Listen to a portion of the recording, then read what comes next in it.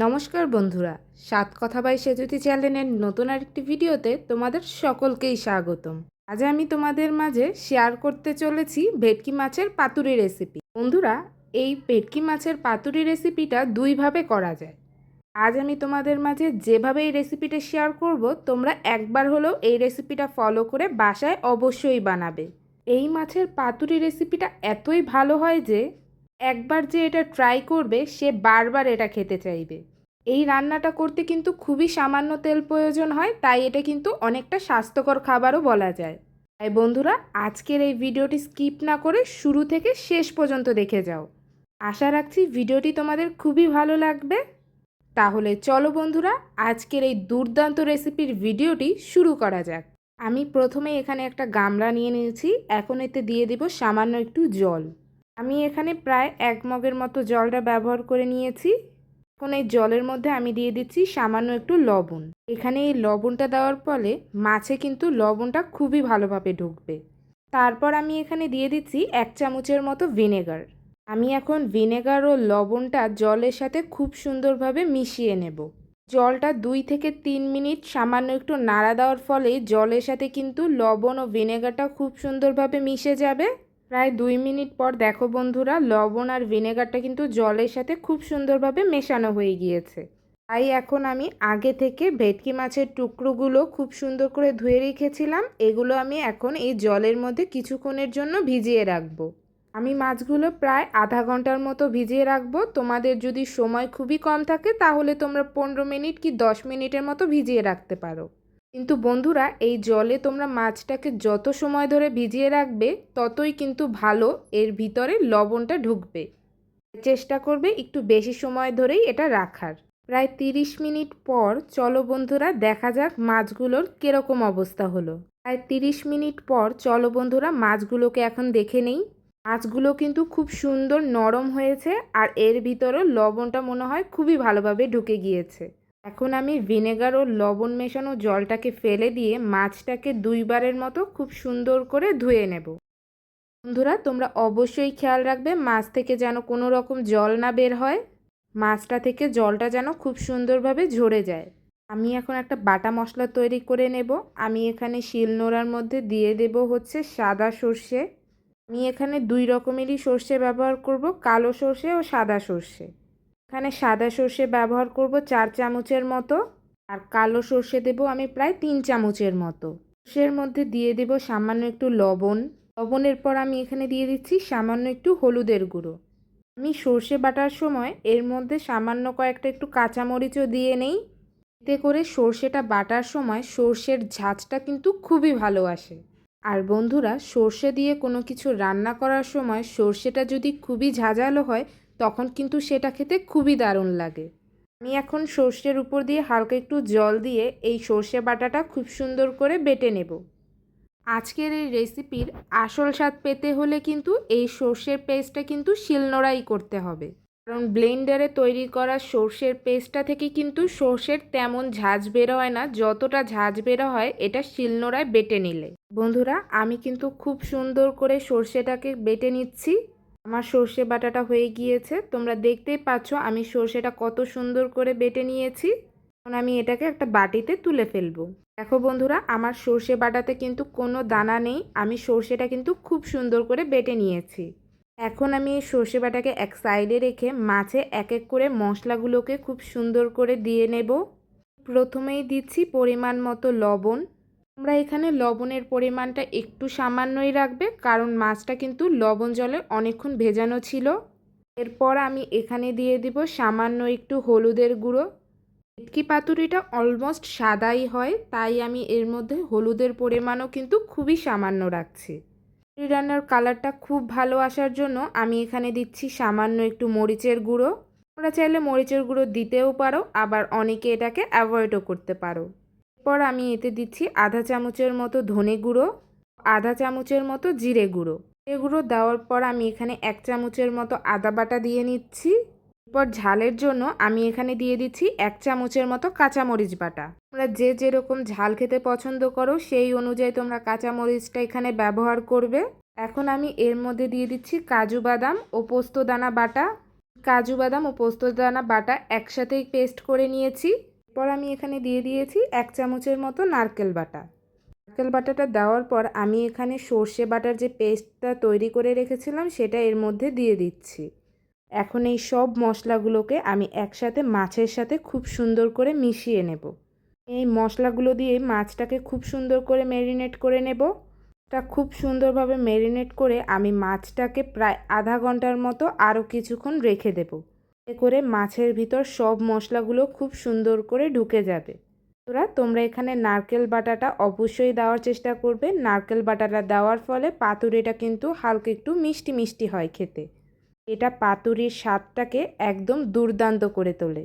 বন্ধুরা, তোমরা হয়তো দেখতেই পাচ্ছ আমি মাছটাকে উল্টে পাল্টে খুব সুন্দর করে মশলা মাখিয়ে নিচ্ছি। মাছের সাথে মশলাটা খুব সুন্দরভাবে মেশানো হয়ে গিয়েছে। এখন আমি মাছটাকে আধা ঘন্টার মতো রেস্টে রেখে দেব। আমি এখন এটাকে একটা প্লেট দিয়ে খুব সুন্দর করে ঢেকে দিচ্ছি। মাছটা আমি 30 মিনিটের মতো ম্যারিনেট করে রেখে দেব। এদিকে আমি একটা চুলোতে তাওয়া বসিয়ে দিয়েছি। এই সময় চুলার আঁচটা কিন্তু একদমই নিভু নিভু অবস্থায় থাকবে। পাতাগুলোকে ছোট ছোট টুকরো করে খুব সুন্দর করে কেটে নিয়েছি। এখন আমি তাওয়ার উপর পাতাটাকে দিয়ে এটাকে হালকা একটু গরম করে নিচ্ছি। বন্ধুরা, তোমরা হয়তো দেখতেই পাচ্ছ পাতাটা গরম হওয়ার ফলে পাতাটার কালার কিন্তু অনেকটাই লাইট হয়ে যাচ্ছে। আমি পাতাটাকে উল্টো পিঠটাও খুব সুন্দর করে এরকমভাবে হালকা একটু সেঁক দিয়ে নেব। পাতাটা এরকমভাবে হালকা একটু সেঁক দেওয়ার ফলে আমি যখন পাতাটাকে ভাজ করব তখন কিন্তু এটা ফেটে যাবে না। তাই বন্ধুরা, মাছটাকে পাতায় ভাজ দেওয়ার আগে এরকমভাবে অবশ্যই পাতাটাকে হালকা একটু সেঁক দিয়ে নেবে। একইভাবে বাকি পাতাগুলোকেও খুব সুন্দর করে সেঁক দিয়ে নিয়েছি। বন্ধুরা, তোমরা হয়তো দেখতেই পাচ্ছ পাতাটার কালারটা কিন্তু অনেকটাই লাইট হয়ে গিয়েছে। আমি পাতাগুলোকে সেঁকে নেওয়ার পর 5 মিনিটের মতো ফ্যানের নিচে এটাকে রেখে দিচ্ছি। বন্ধুরা, মাছটাকে কিন্তু আমি প্রায় 30 মিনিটের মতো ম্যারিনেট করে রেখে দিয়েছিলাম। দেখো বন্ধুরা, মাছটা ম্যারিনেট করে রাখার পর মাছের কালারটা কিন্তু কত সুন্দর এসেছে। আমি এখন মাছগুলোকে এক এক করে নিয়ে কলা পাতায় খুব সুন্দর করে ফোল্ড করে নেব। আমি এখানে পাতাটাকে প্রথমে হালকা একটু সর্ষে তেল মেখে নিচ্ছি। এতে করে পাতা থেকে মাছটা কিন্তু খুব সুন্দরভাবে বেরিয়ে আসবে। কলা পাতাটা সর্ষে তেল দিয়ে মেখে নেওয়ার পর ম্যারিনেট করে রাখা মাছের টুকরোগুলো আমি খুব সুন্দর করে দিয়ে দেব। মাছের উপরে আমি দিয়ে দেব 1 টুকরো লেবু পাতা। বন্ধুরা, এই লেবু পাতাটা দেওয়ার ফলে কিন্তু পাতুরের স্বাদটা কিন্তু বহুগুণ বৃদ্ধি পেয়ে যাবে। লেবু পাতাটা দেওয়ার পর এর উপর দিয়েই আমি সামান্য একটু মশলা দিয়ে দেব। আমি কিন্তু মশলাটা দিয়েই লেবু পাতাটাকে খুব সুন্দর করে ঢেকে দেব। লেবু পাতাটা দিয়ে মশলাটা যখন খুব ভালোভাবে ঢেকে নেওয়া হয়ে যাবে তখন আমি উপর দিয়ে দেব একটা কাঁচামরিচ। এর উপর দিয়ে আমি এখন সামান্য একটু লেবুর রস ছড়িয়ে দেব। এতে করে পাতুরি থেকে লেবুর একটা দারুণ ফ্লেভার আসবে। লেবুর রস দেওয়ার পর আমি উপর দিয়ে সামান্য একটু সর্ষে তেল ছড়িয়ে দেব। সর্ষের তেলটা দেওয়ার পর আমি বাকি 2 সাইড খুব সুন্দর করে এভাবে ফোল্ড করে নেব। বন্ধুরা, এই 2 সাইড খুব ভালোভাবে ফোল্ড হয়ে যাওয়ার পর বাকি যেই 2 পাশটা রয়েছে আমি সেই 2টো পাশও খুব সুন্দর করে ফোল্ড করে নেব। বন্ধুরা, তোমরা হয়তো দেখতেই পেয়েছো আমি কত সুন্দরভাবে মাছটাকে ফোল্ড করে নিয়েছি। এখন আমি সুতোর সাহায্যে এই চারিদিকটাকে খুব সুন্দর করে বেঁধে দেব। বন্ধুরা, তোমরা যখন সুতো দিয়ে এই কলা পাতাটাকে বাঁধবে তখন চেষ্টা করবে সুতোটাকে খুব সুন্দর মোটা করে বেঁধে দেওয়ার। কারণ পাতলা করে যদি তোমরা এটা বেঁধে দাও তাহলে কিন্তু এটা খুবই তাড়াতাড়ি ছিঁড়ে যাবে। তাই তোমরা আমার মতো সুতোটাকে 5 থেকে 6 বারের মতো খুব সুন্দরভাবে ঘুরিয়ে এটাকে খুব পুরো একটা সুতার আবরণ দিয়ে নেবে। এতে করে যখন তোমরা মাছটাকে ভাপে দিবে সুতোটা কিন্তু অনেকটাই মজবুত থাকবে। বন্ধুরা, তোমরা হয়তো দেখতেই পেয়েছো আমি কত মোটা করে সুতোটা নিয়ে নিয়েছি। এখন আমি এই সুতোটাকে একটা গিট্টু দিয়ে নেব। এই গিট্টুটা খুবই তোমরা টাইট করে দেবে, না হলে কিন্তু পাতাটা খুলে যাওয়ার সম্ভাবনা থাকবে। এখন আমি পাতাটাকে খুব সুন্দর করে গিট্টু দিয়ে নিচ্ছি। এই দেখো বন্ধুরা, কলা পাতা দিয়ে আমি মাছটাকে কত সুন্দর করে ফোল্ড করে নিয়েছি। আমি ঠিক একইভাবে বাকি 3টা মাছও খুব সুন্দরভাবে ফোল্ড করে নিব। দেখো বন্ধুরা, মাছগুলোকে কলা পাতা দিয়ে কিন্তু আমার খুব সুন্দরভাবে ফোল্ড করা হয়ে গিয়েছে। এখন এই মাছগুলোকে আমি খুব সুন্দরভাবে ভাপে দিয়ে দেব। মাছগুলোকে ভাপে দেওয়ার জন্য আমি প্রথমে এখানে ফ্রাই প্যান বসিয়ে নিয়েছি। এখন আমি ফ্রাই প্যানটাকে খুব সুন্দর করে গরম করে নেব।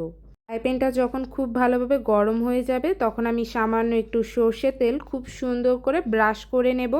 বন্ধুরা তোমরা অবশ্যই এরকম তেল দিয়ে প্রথমে ফ্রাই প্যানটাকে খুব সুন্দরভাবে ব্রাশ করে নেবে, করে পাতাটা কিন্তু পুড়ে যাবে না। খুব ধীরে ধীরে পাতুরি থেকে কলা পাতার খুবই সুন্দর একটা ফ্লেভার আসবে।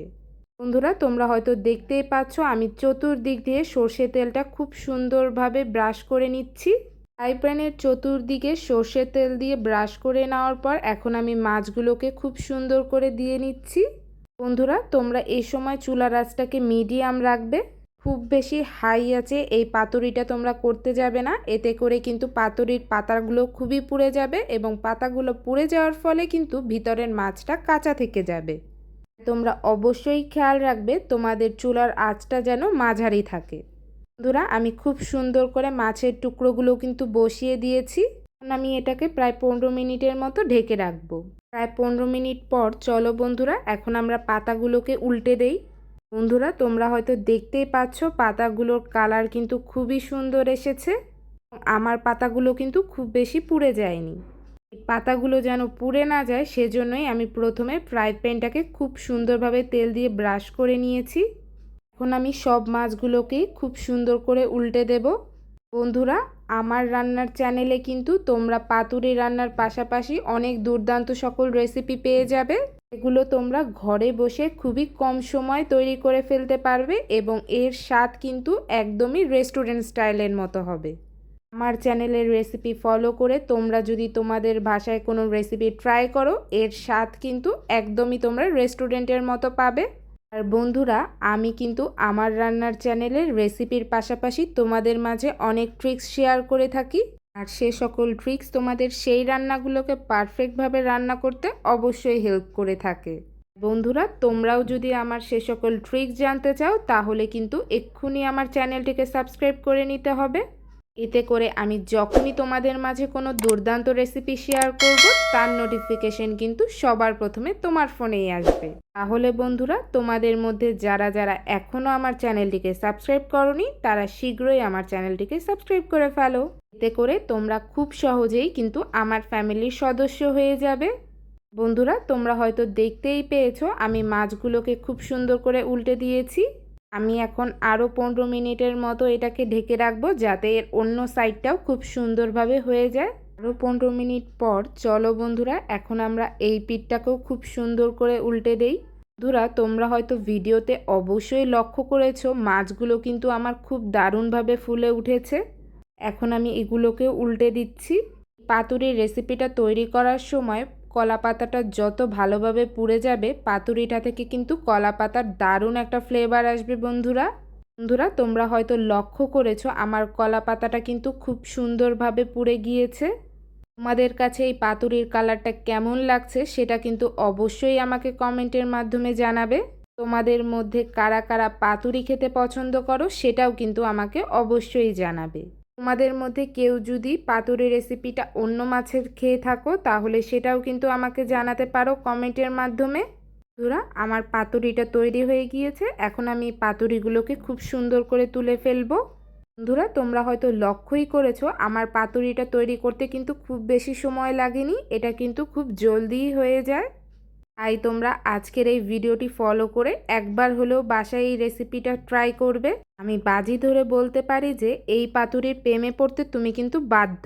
বন্ধুরা আমি এখন পাতাগুলো থেকে মাছটাকে খুব সুন্দর করে বের করে নেব। মাছটাকে বের করে নেওয়ার জন্য আমি সুতোটাকে প্রথমেই কেটে নিয়েছি। দেখো বন্ধুরা পাতাটা আমার কত সুন্দরভাবে পুড়ে গিয়েছে। বন্ধুরা আমি এই পাতুরি রেসিপিটা যখন বাসায় তৈরি করেছিলাম তখন কিন্তু আমার ঘর পুরো পাতুরির গন্ধে ভরপুর হয়ে গিয়েছিল। তাই তোমরা আজকের এই রেসিপিটা অবশ্যই একবার হলে ট্রাই করবে, দেখবে সবাই তোমার রান্নার প্রশংসায় পঞ্চমুখ হয়ে যাবে। তোমার তৈরি করা এই ঘরে বসেই পাতুরি রেসিপিটা থেকে কিন্তু একদমই রেস্টুরেন্টের স্বাদ আসবে। বন্ধুরা এখন আমি এই সব মাছগুলোকে খুব সুন্দরভাবে প্লেটে তুলে ফেলবো। বন্ধুরা আমি পাতা থেকে মাছটাকে খুব সুন্দর করে বের করে নিয়েছি। তোমাদের কাছে এই পাতুরির কালারটা কেমন লাগছে সেটা কিন্তু অবশ্যই আমাকে জানাবে।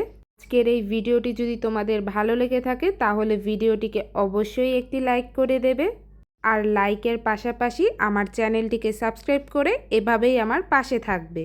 তোমাদের ভালোবাসা ও সাপোর্টই আমাকে উৎসাহ দেয় তোমাদের মাঝে নিত্য নতুন সকল দুর্দান্ত রেসিপি তুলে ধরার জন্য। আর আমার যে সকল বন্ধুরা এখনও আমার চ্যানেলটিকে সাবস্ক্রাইব করোনি তাদেরকে বলবো তোমরা শীঘ্রই আমার চ্যানেলটিকে সাবস্ক্রাইব করে ফেলো, আর তোমরা আমার চ্যানেলটিকে সাবস্ক্রাইব করে আমার ফ্যামিলির সদস্য হয়ে যাও। তোমরা যদি আমার চ্যানেলটিকে সাবস্ক্রাইব করে ফেলো তাহলে আমার শেয়ার করা সকল দুর্দান্ত রেসিপি কিন্তু তোমরা খুব সহজেই পেয়ে যাবে। যে সকল বন্ধুরা অলরেডি আমার চ্যানেলটিকে সাবস্ক্রাইব করে আমার পাশে আছো তাদেরকে জানাই অসংখ্য ধন্যবাদ। তোমরা এভাবেই আমাকে ভালোবাসা দিয়ে যাও, আর আমি তোমাদের মাঝে নিত্য নতুন সকল রেসিপি তুলে ধরবো। বন্ধুরা, আজকের ভিডিও এতটুকুই ছিল। দেখা হবে অন্য কোনো একদিন নতুন কোনো রেসিপি নিয়ে। ততদিন সবাই ভালো থাকবেন এবং সুস্থ থাকবেন।